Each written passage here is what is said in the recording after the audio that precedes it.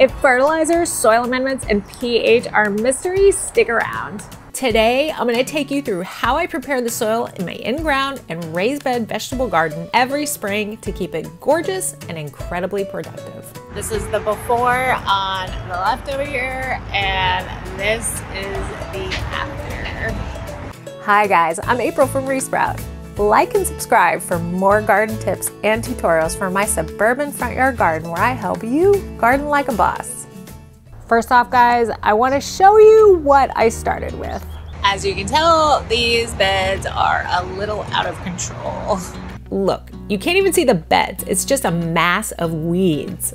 The first step to renovating this mess is going to be removing any obstructions. For me, that means rolling up the netting in my trellis beds and moving my soaker hose irrigation lines and landscape pins out of the beds. I usually have wood chip mulch in the beds over the winter, so I'd rake that out and compost it if that's the case. Because these beds are in ground, I am in a constant battle with the grass and weeds taking over. So first step, every freaking year is remeasuring the beds. My beds are 24 inches wide with 18-inch walkways, and the trellis runs down the center of the beds. You're photobombing. He's bombing my shot. I stake the four corners and run string to define this ever-receding edge. At this point, I usually use a spade to dig a fresh line every year and call it a day. I have used old bricks as edging in the past, but I haven't been happy with how they've shifted over time. That is why I am so excited to talk to you guys about today's sponsor, EdgeRite. I have been wanting steel edging for a very long time for a bunch of different reasons.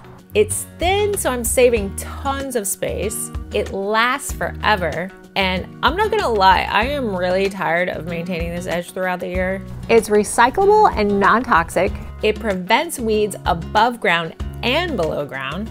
And let's be real, this stuff looks boss. So let's get it installed.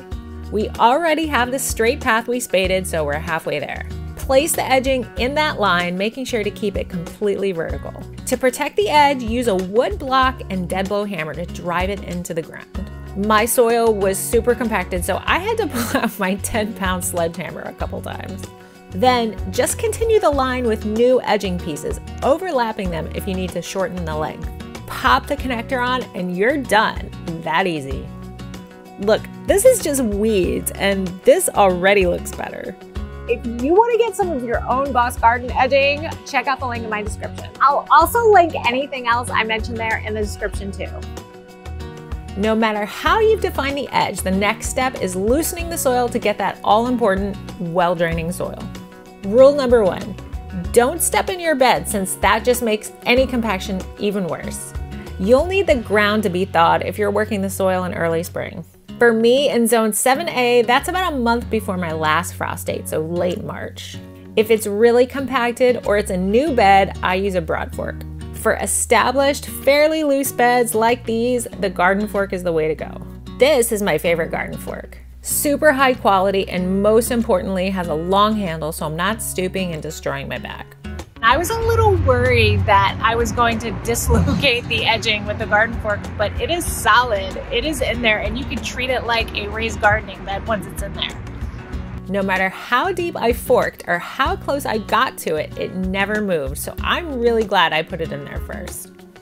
What's great about using a garden fork is that as you work the soil to improve the drainage, you're also going to dislodge weeds and old plantings, roots and branches, rocks. I even found a brick once.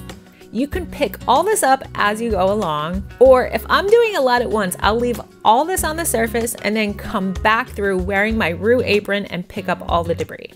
All this goes into my compost bin. Next up, soil pH. I usually check mine once a year in spring. I used to be scared by pH, but you guys, don't be scared. It's easy and fun in a nerd kind of way. I've used the liquid testing kits before, but I just switched to a digital one by Lawnful, which is more precise and you don't have to wait as long. Nice. If it's below that range, meaning it's acid, you'll want to add lime. My favorite lime is from Down to Earth, which is organic and OMRI listed. And if it's above 6 to 6.5, meaning it's alkaline, you'll want to add a soil acidifier. My favorite acidifiers are Spomas and Jobs, which is organic and omri-listed. In addition to adjusting the pH, I also fertilize every spring, and if I'm being good, on a regular basis throughout the season too. Just leave it. My dog thinks this fertilizer is a snack. My favorite fertilizer is Down to Earth's 444 Vegetable Garden Fertilizer, also organic and omri listed. Apply 3 to 6 pounds of this per 100 square feet for new garden beds. My beds are 26 square foot each, about a quarter of that, so I did 1 pound per bed. If you're also trying to acidify your soil, you can use an acidifying fertilizer like Down to Earth's 436 Acid Mix. This is what I use on my blueberries, blackberries, and raspberries.